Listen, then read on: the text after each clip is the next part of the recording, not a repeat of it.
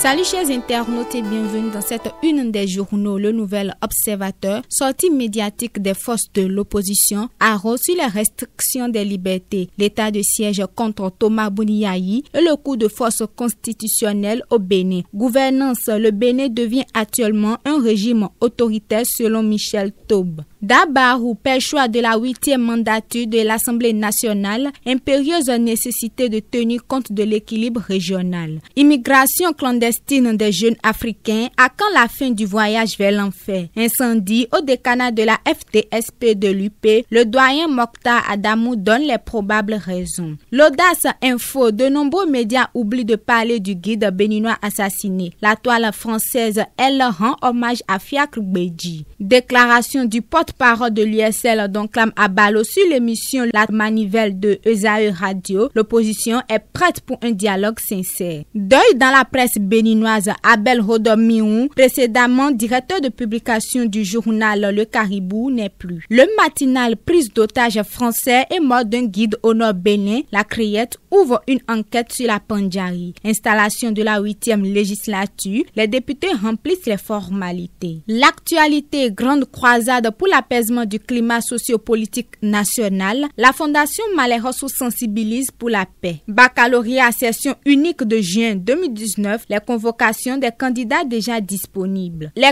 4 vérités, enlèvement de 2 touristes français au Bénin et assassinat du guide Fiacre Béji, la Criette et le parquet de Paris ouvrent chacun une enquête. Le ministre Omeki parle du renforcement des investissements sécuritaires au parc de la Pandjari. Fraternité, mise en œuvre du PAG, 166 milliards déjà investis dans l'eau potable en milieu rural. Installation de la 8e législature jeudi prochain. Les nouveaux députés à l'hémicycle pour les formalités. Quelques impressions des élus du peuple. 5 minutes, lutte contre le terrorisme, un nouveau challenge pour le Bénin. Le Télégramme, Assemblée nationale, quel président pour la 8e législature? La Nation, rumeur sur les menaces terroristes. Le préfet de l'Atakora rectifie et apaise. Finance digitale, à quand le paiement mobile des factures d'eau et d'électricité? Matin libre en résidence surveillée depuis 2 semaines. Comment Yahi passe ses journées? Une enquête exclusive à suivre à la page 3 du quotidien. Présidence de l'Assemblée nationale, toujours avec le même journal,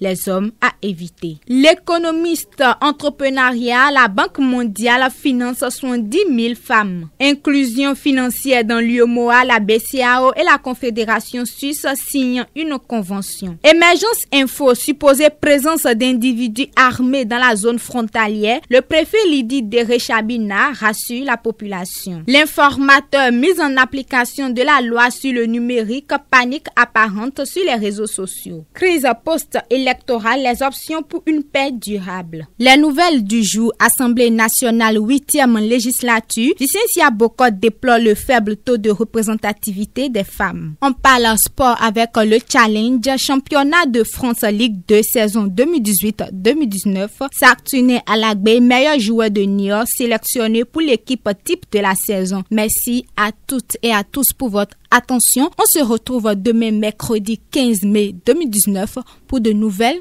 informations.